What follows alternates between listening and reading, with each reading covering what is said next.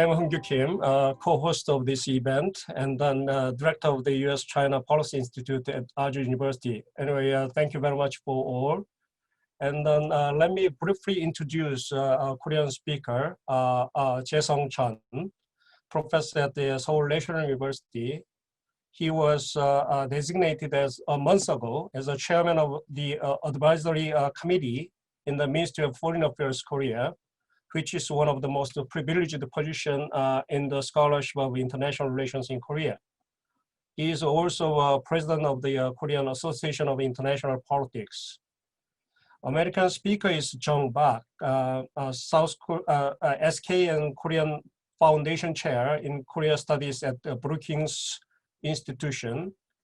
She's the author of Becoming Kim Jong-un, newly published, and very famous for her knowledge on current North Korea issues.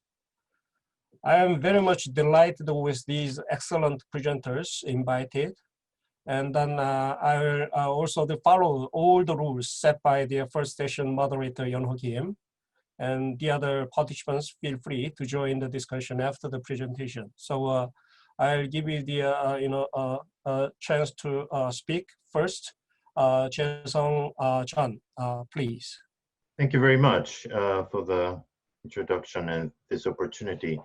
I think I have only 5 minutes, and also we already covered several points I wanted to talk. So I will open the discussion with 3 points. The first one is the U.S.-China rivalry and how South Koreans feel about this rivalry. And the direct question will be, what is the ultimate goal of U.S.-China policy? I think this year seems to be a turning point for the U.S.-China policy in some sense. Before this year, under the rubric of Indo-Pacific Initiative, the emphasis was on economic assistance to Asian countries, infrastructure assistance, restoration of fair and free trade order. But from this year, I think the U.S. tone and rhetoric becomes quite much hardline.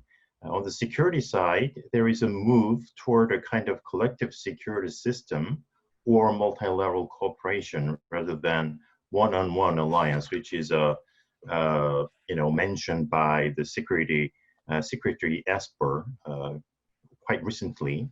And there are a lot of emphasis on Quad or Quad Plus. So Secretary Esper said the U.S. will continue to push and expand the Quad, the U.S. initiative in the Indo-Pacific, to seek closer relations with South Korea and Japan and Australia. So this is a big challenge to South Korea. We are so much used to the so-called hub and spoke approach, which is centered on the U.S. role and indirectly linked with other spoke countries like Japan and Australia. So what will be South Korea's position and what will be the role of the RK-US alliance in this coming or we don't know yet, but collective security system? And I see some hierarchical treatment of these allies in some reports from the United States. And South Koreans are very keen to the fact that South Korea is number 3 or number 4 alliance of the United States in this more collectively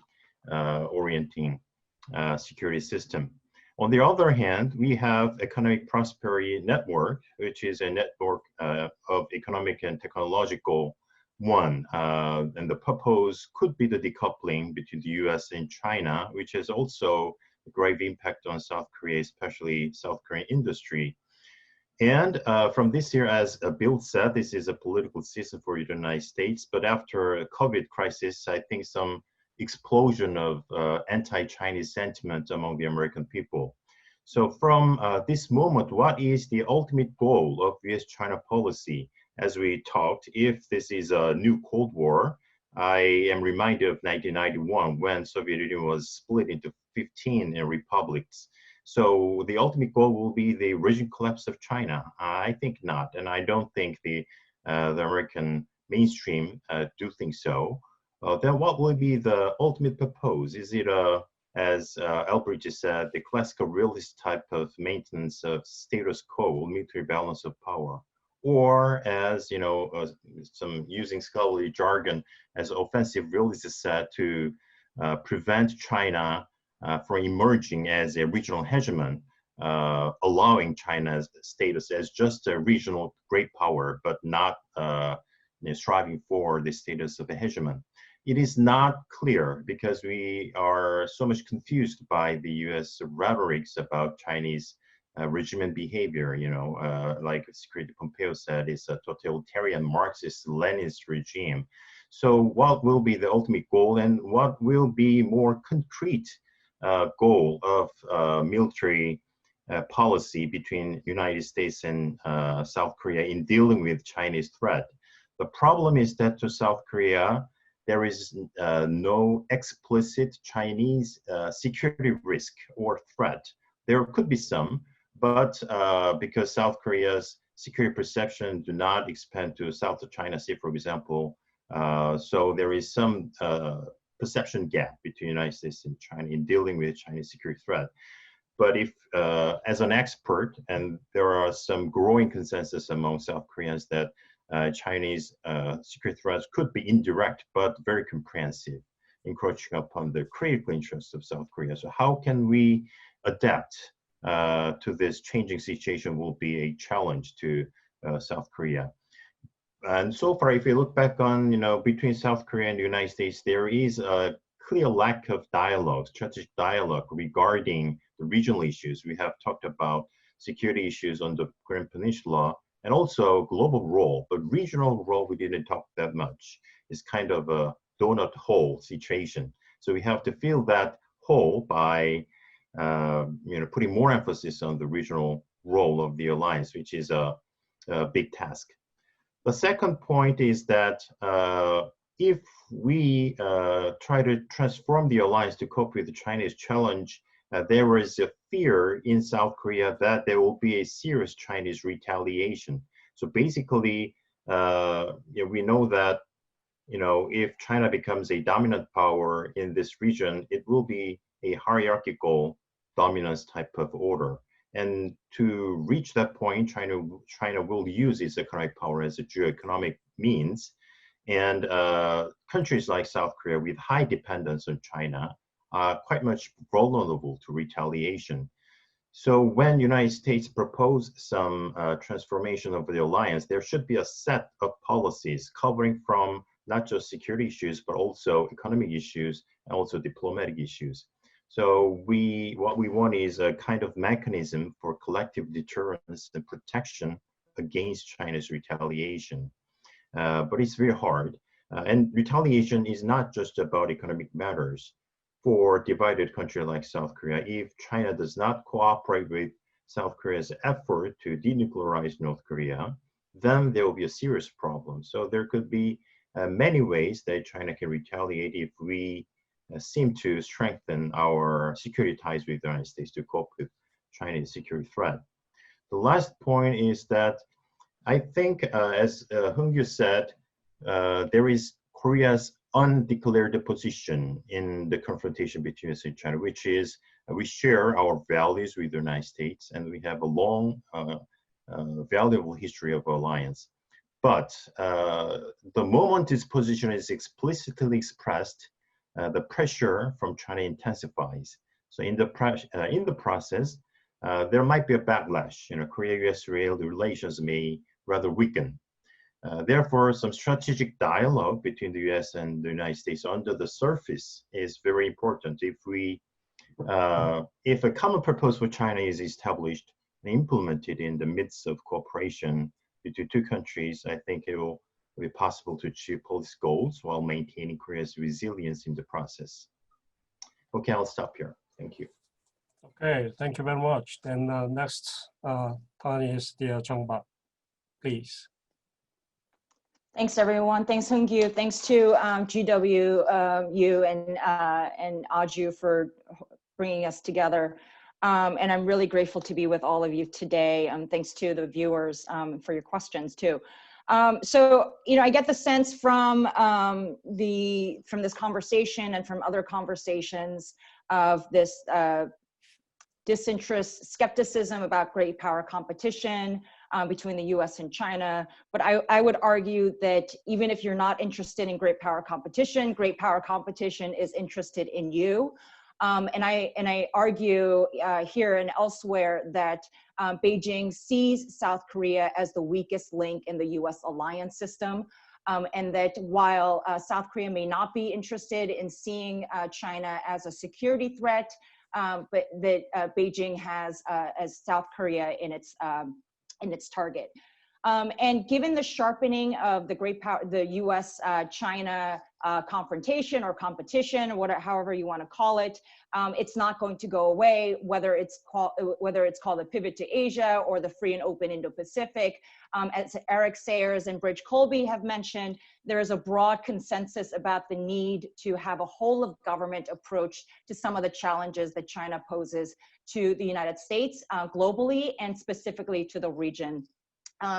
So given this sharpening and this intensification of the great power competition, there's going to be increasing pressure on South Korea.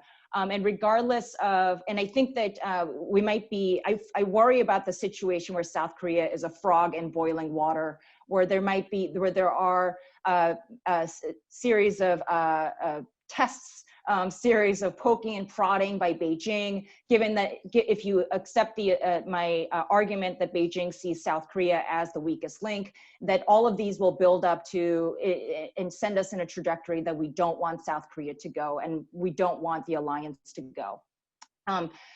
Beijing, under Xi Jinping, sees opportunity to make progress on eroding the alliance system between the U.S. and South Korea and the U.S. alliance network in general. Let me point to a couple of things that Beijing will seek to exploit the seams and the gaps of that alliance, and there are lots of examples over the past 3 years of how those seams and gaps have opened and have been exposed. First is the fact that that President Trump in 2017 threatened to go to war with North Korea without proper consultation with President Moon and South Korea. South Korea's President Moon had to deliberately and very specifically say that there won't be any war on the Korean Peninsula without South Korea's approval and cooperation. So there was that aspect, that the idea that the U.S. would jettison South Korea's security for the sake of bluster and having a rhetorical war of words, as well as I think what was a serious planning for some sort of military clash on the Korean Peninsula. There's that. There is the host nation support conversations that are still ongoing, that have been dragging on. The president has apparently reportedly scuttled a deal that was close to coming to fruition back in April. And we have President Moon, who has been willing to risk Washington's ire in moving forward on inter-Korean economic engagement. So given all of those things, that basket of things that we've seen of potentially signs of the alliance eroding or weakening in many aspects, I think that's how we see Beijing seeing opportunities to continue to drive that wedge between the US and South Korea. So what I think that we're going to see moving forward is that Beijing is going to try to weave engagement with both North Korea and South Korea to try to create conditions on the Korean Peninsula that would be beneficial for and support China's preferences. While North Korea-China ties have been on ice for since Kim Jong-un came to power until 2018, the two countries have really ramped up engagement, economic and political and otherwise. And that suggests to me that, and the fact that Beijing with Moscow has been looking to lift sanctions at the UN on North Korea sanctions, that suggests to me that Beijing is trying to move closer to North Korea to try to, at least to try to maintain or increase their leverage. And I see that with China's efforts with South Korea. Xi Jinping continues to dangle the idea of a visit, another summit to South Korea, and I think that that this growing the post-COVID world that, well, at least we're still in the COVID world, but I think Beijing is trying to use a potential Xi visit to try to reinforce the political and economic, and try to continue to have South Korea to at least to try to bend to Beijing's will. While I think we're going to see probably these softer measures, summits, promises of economic engagement, and Asia for Asians, and peace and prosperity in the region, working at peace building on the Korean Peninsula, I think we're going to continue to see coercive moves from Beijing. We've already seen what China has been able to do, and has on the THAAD issue and the unofficial economic boycott. Beijing has also threatened South Korean tech companies that they should not, yield to the Trump administration's bans on China's technologies. I don't have to tell our South Korean friends about some of the intrusions into the Korean air defense zone. There were 24 breaches in 2019, and the first ever China-Russia air patrol that almost led to a military conflict. So I think moving forward, what we're going to see is that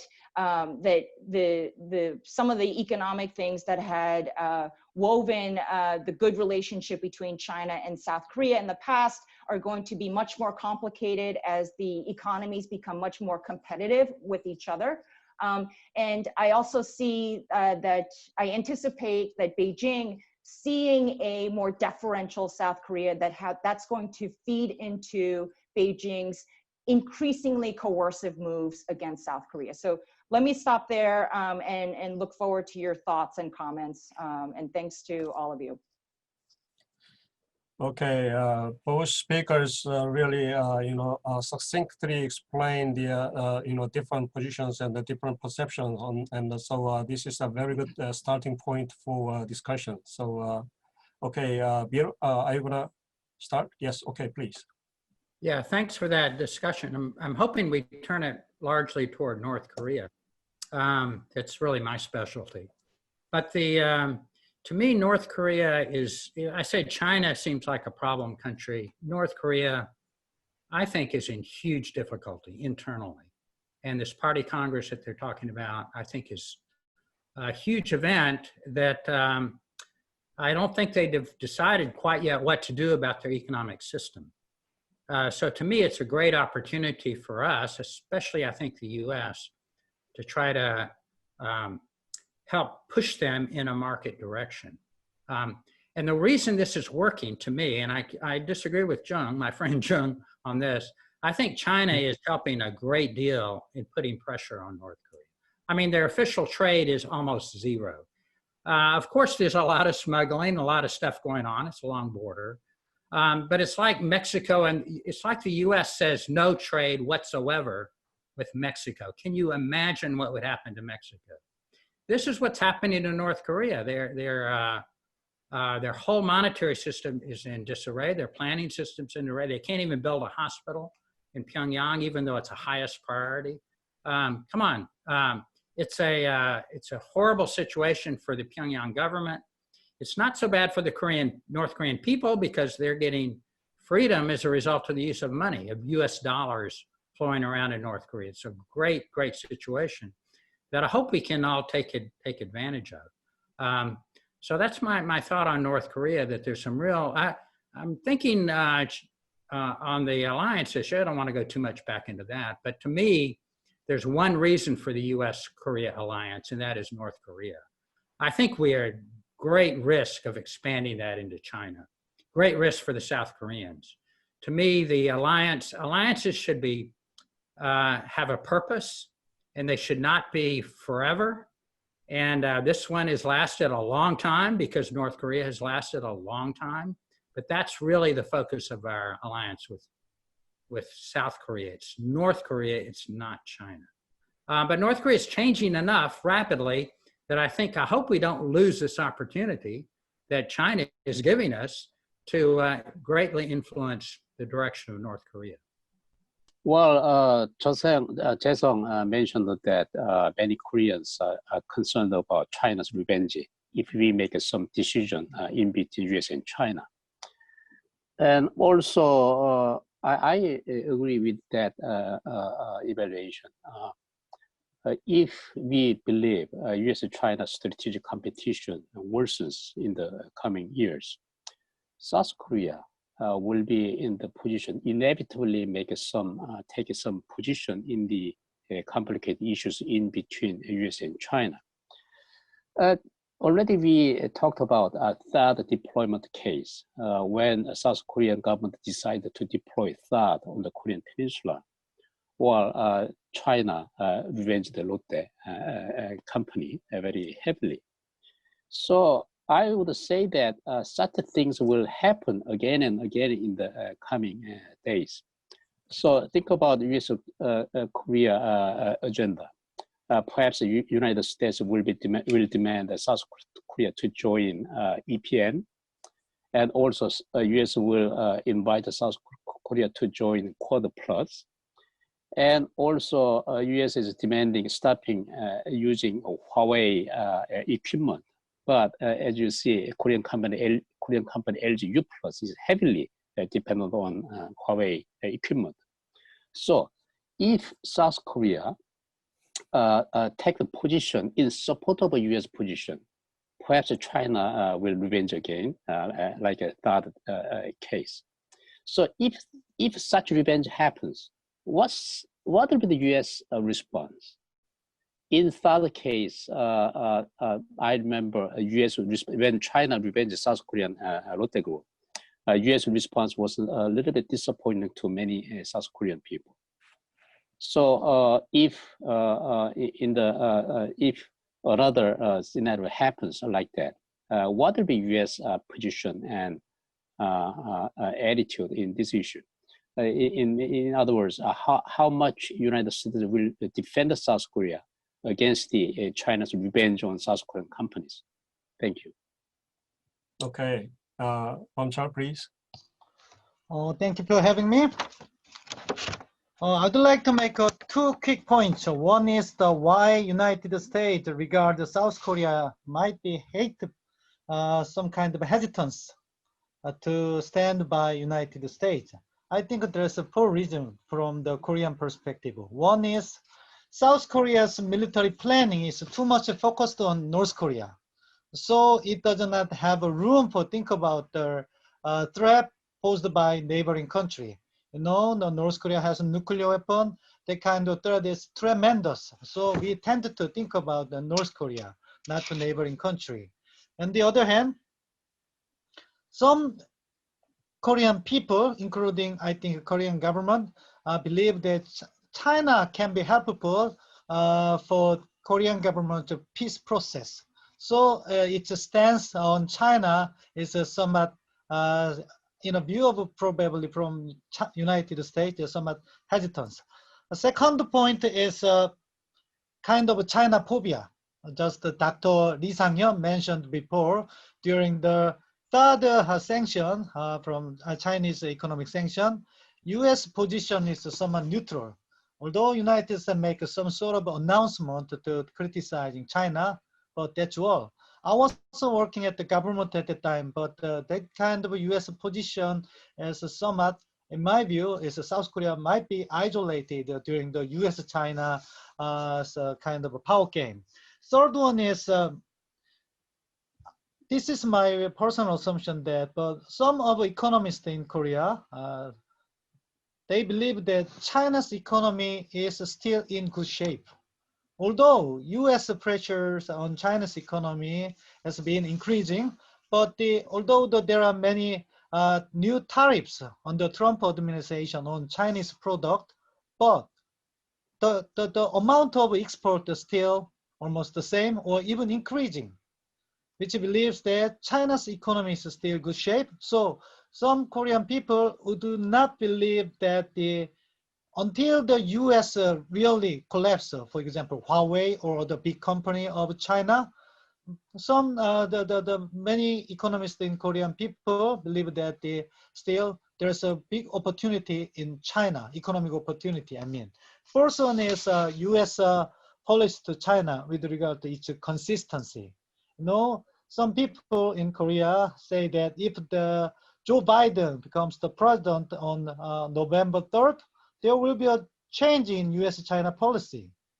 So they say that wait and see might be better than take a side at this moment. That's a kind of some sentiment inside Korea. That's the reason why, from the U.S. perspective, South Korea is hesitant to join the U.S. side. Next one is the option. I believe that, as you know, many of you know that I'm a conservative. I'm a strong supporter of RAG-US alliance.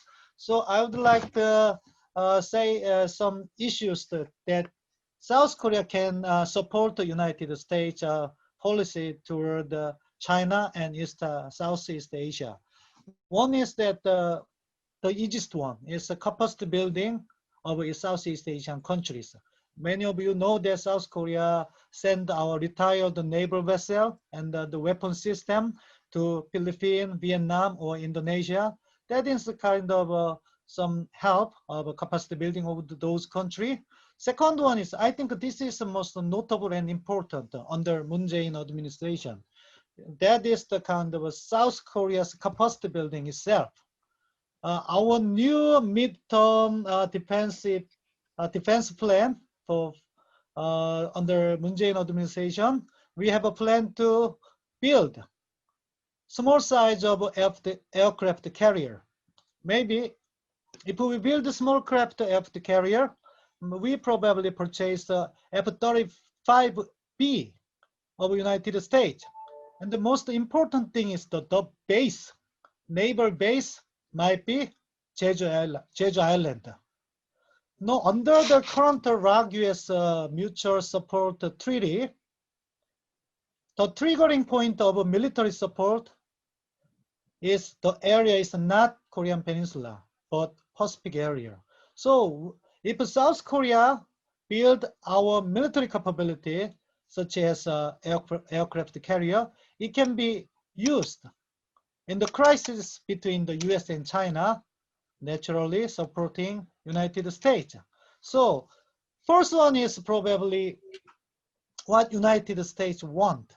There's a more clear participation at the freedom of navigation or the something, but that is probably not under Moon Jae-in administration because it probably wanted to maintain some balance between the two big powers. However, those capacity building eventually will be helpful for the RAG-US cooperation in the area of South China Sea and East China Sea. That's my view. Thank you. Okay, Beomchul is in a conservative perspective, and then he always succinctly, point out some very critical, issues. So I really pay respect to him. But anyway, is there any, okay, Scott, please.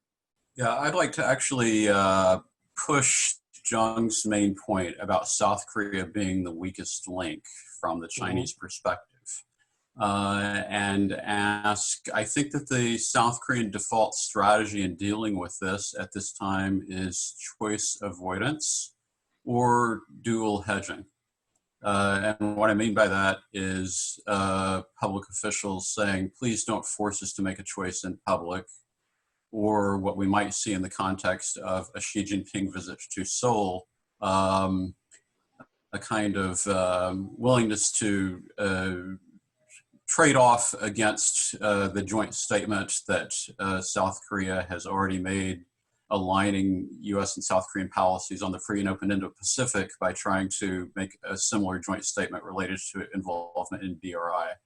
And the question I have about that approach is whether choice avoidance really just leads to greater pressure from China and actually invites China to further press Seoul as the potential weakest link. Is that really a durable approach, or is there a discussion in South Korea about maybe trying to put down some markers and let China know where the boundaries are in terms of how hard they can push. Hello. I understand that a majority of South Koreans believe that we should be on the side of the United States. But currently, we may choose to be ambiguous. The reasons explained by Beomchul. But if I emphasize one of these two reasons, the first one is that, yes, we need help from China on denuclearization and the integration unification. The second one is economy. And even though we support the United States in all positions, we need time and clarity. So what we should do to support the United States. Otherwise, well, currently economic side and politicians may believe this time we have to be ambiguous. That is strategic ambiguity rather than not, taking choice between United States and China. I talk about North Korea. Well, if you have two, the methods in your hand, you have to sort this out. One is important, but less urgent. But the other one is urgent, but less important. Which one you tackle first? I think normally we do choose urgent matter, although it's not that important, but we should deal with it right now. Otherwise, we'll miss opportunity. That is, I think, North Korea matter. Bill talked about North Korean matter. I totally agree with him because I think the opportunity is coming. The optimal time for serious negotiations with North Korea will be next year, and preferably the first half rather than second half. Why do I believe so? You know that at Hanoi, Kim Jong-un turned down the offer from Trump. That means his asking price is too high for Trump to take. But I imagine that his asking price is decreasing, has been decreasing, mainly for economic regions. As you know, the sanctions together with the coronavirus pandemic made North Korean economy a much worse situations. I would call it crisis. And this year's growth rate, I would expect will be minus 5 to 10%. That means for the last 4 years, the economic size would have shrunken by 15 to 20%. So if economy size shrinks by 20%, is a crisis. I don't know how we can call without calling crisis. Well, this is, I think, golden opportunity. This is urgent matter. We know that the dealing with China is important, but it may take a very long time. You may think it may take about a decade, 20 years, I don't know. If you look at the Soviet Empire, it took more than 30, 40 years. So if we have to solve simultaneous equations, we have to solve the easy one first, more urgent one first, and then focus on more important one. Then I think Korean public may be persuaded. Okay, we got the peace here in Korean Peninsula. Then it's right time to think more widely. Otherwise, pushed by United States to focus on Chinese matter right now may not be so convincing to a majority of South Koreans, even though we do support the value and the causes provided by United States. So I think the next U.S. government has to be prepared for serious negotiations, if possible, early enough. Otherwise, well, even though United States trying to focus on China, but North Korea will not just sit down. They will try to cross red line if United States keeps ignoring a demand. Then I think it's the situation will go back to the second half of 2017, or even worse. Then the United States is forced to tackle that issue first, regardless of the importance of Chinese matters. I think that that approach is wrong. The right approach is to tackle North issue first and move on more important issue with China. Then, as Professor Byung-Yeon Kim mentioned, the majority of South Koreans still favors, I think, the United States over China, because we still call the United States as a beautiful country instead of other, in Korean. So, and then also, I'm gonna tell you the, Jung Bak, China has been quite notorious of its coercive diplomacy, around the world. But surprisingly, China adopted a very charming offensive diplomacy over two Koreas. You know why? Of course, they try to expand their, sphere of influence, but it is not easy, because South Korea and including North Korea are very, familiar with Chinese, ways and dealing with the neighboring countries for several thousand years. So that's why we have to think about why North Korea adopted, self-reliance policies in the middle of, U.S.-China strategic competition instead of just, tight alliance with China. North Korea also seriously concerned over growing influence of China during the competition. So South Korea is also quite similar, and then we share kind of in that sense we share the DNA in our blood, how to deal with China. We know maybe like Vietnamese.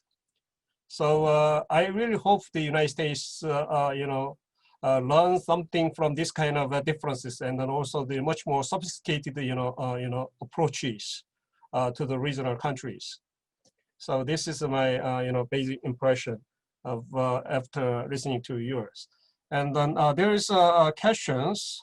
The more that China's economy strengthens, and then the less that the United States shows reluctance to strengthen allies, the more all the U.S. alliance in East Asia are challenged, including Thailand and Philippines, Australia, South Korea, and Japan. Yes, they are saying maybe including all allies of the United States. If there is reluctance of the U.S. engagement, and then also there are some well-coordinated policies over this region, and then all allies of the United States are in trouble. So this is one comment, and then I hope U.S. side may have a response to this question. And then second one is considering North Korea's current domestic instability due to the coronavirus 19, multiple natural disasters and economic sanctions, which might lead to an unexpected emergency situation in North Korea in the future. To what extent can the United States and China work together in the midst of great competitions? What are the overlapping interests between the two countries over North Korea, despite their many clashing interests? What role can South Korea play in these emergency scenarios? This is a quite interesting question. So I hope there is somebody who answer to these questions. Okay, Song-Han, please. Thank you. Very nice comments and questions. Let me make 2 or 3 points. First of all, we used to say China is looking at North Korea through the lens of U.S.-China strategic competition, particularly when we were dealing with the North Korean nuclear problem. Now, United States is beginning to see South Korea through the lens of U.S.-China strategic competition. What does it mean? I think we need to draw out some strategic implications out of these two contrasting, somewhat interesting, evolving environment. I think there is, dwindling hope for inter-Korean reconciliation and cooperation under these circumstances. I think the South Korean government should be able to take this important message from the evolving, rapidly evolving strategic environment. And the second implication is that that's why ROK and the United States should consult with each other to come up with Plan B to deal with virtually nuclearized North Korea by continuing to impose sanctions and also putting pressure so that North Korea may come to the negotiating table for genuine kind of outcome for denuclearization. Second point is what kind of a role South Korea can play under these current circumstances. As I already pointed out, South Korea's military competence is quite limited, as Beomchul pointed out, is solely the design to deal with the North Korean threats, which means South Korea is highly recommended to pursue kind of a non-military contributions for U.S. to effectively counter the Chinese expansionism or Chinese kind of strategic ambitions.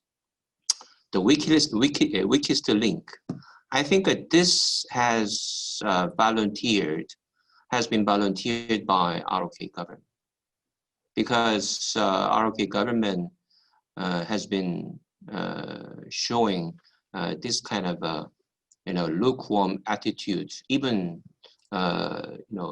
since before COVID-19 situation. This is being kind of reinforced. So I think South Korean government should prevent this kind of a misunderstanding, quote unquote, from getting reinforced by talking to the U.S. at a higher level, more often, more intensively. Otherwise, a continued kind of a lukewarm attitude or ambiguity is making things more and more complicated and detrimental to South Korea's national interests. And finally, the U.S. reluctance to engage the region, I think it's problematic. United States strategy toward the region, I think if I give credit, if I give grade, as if I'm professor to giving grade to students, I think only military area can be passed. Economically and in the areas of development cooperation, in the areas of regional cooperation or multilateral cooperation, United States has got already flunk. This requires to be, the compensated, and the United States needs to conduct kind of a bottom-up review about its regional policy. Let me stop there. Thank you. Maybe I have to say there's certain difference even among different views among Korean participants, and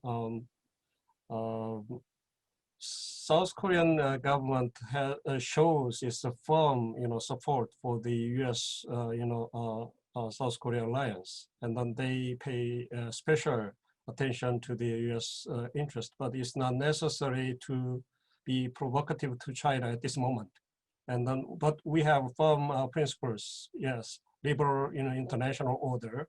We are very supportive, and then also we are opposed to, any, forceful, unification in Taiwan Strait issues, and also the pre-pathway we support. And then, but the important issue is the timing, and then also the situation and we face. So it's much more complicated. So anyway, there are different views, but still, as Byung-Yeon and Beomchul said, majority of Korean people strongly support the U.S. ROC alliance. So this is no question about it. That's why when I make a presentation, I say, no matter who became president, progressive or conservative, we support U.S. ROC alliance. This is the bottom line. Okay. Yes, Byung-Yeon, please. Okay, next Bill.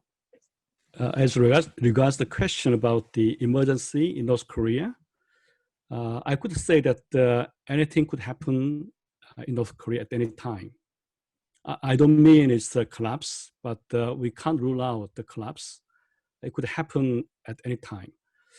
That's South Koreans believe cooperation with China is very important. If something happens there, if there is instability there, then perhaps outside, the force may have to come in North Korea to get rid of the nuclear weapons, etc. Then United States may involve as well. Okay.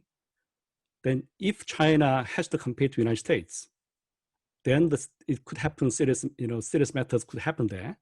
So Korean Peninsula may be, just intertwined in the very difficult situations pushed by United States and China. And Chinese troops may come in Korean Peninsula, North Korea. Then there could be war. That's why I think that South Koreans are very prudent in choosing between United States and China right now. But it doesn't mean that we do not support the United States. Okay, Bill, and then John, next. Yeah, I think on that issue, instability in North Korea, I think U.S. and China and probably South Korea all have a common interest in stability in North Korea. But the stability that we all, I think, want, including China, is a reformed kind of stability, where if you like it, sort of North Korea moves more along Chinese Deng Xiaoping lines, where people can own property, for example. That would be a huge stabilizing force and greatly productivity enhancing for North Korea. So I'm thinking the three of us, we all want denuclearization, we all want stability, and we all want reform. Seems like the three of us, and you can bring in Europe and Japan as well, we all want reform in North Korea. So in this kind of situation, I think it would take planning, and I hope such planning is taking place. I'm not sure it is, I wish it were, but that we could work that well. One other point I'd like to make, is maybe too specific for this group, but trade, economic issues tend to be very, very specific. The THAAD issue is kind of a crazy one. It really didn't hurt South Korea, did it? The type of thing I like to focus on is auto industry that the Trump administration early on put a big focus on. China has a tariff wall protecting its auto industry. That means our auto companies, GM, and especially South Korean auto industries, all built China's auto industry, a huge one now, behind that tariff wall. Now, Trump administration is trying to rip down that wall. We have 2.5% tariff on autos, 0 for Korean autos. China has 15% tariffs for everybody and 40% tariffs on US auto. It's just a crazy situation that the WTO has allowed. I'm greatly encouraged. I was greatly in favor of China WTO, but WTO failed to protect its own rules, and it allowed China to build up this huge tariff wall. And that is affecting South Korean auto workers tremendously. I think Korea's auto industry is going to all move to China behind that tariff wall. So that's the kind of issue that I think South Korea can work with our government and with everybody else to try to reform Chinese rules, tear down that wall, right?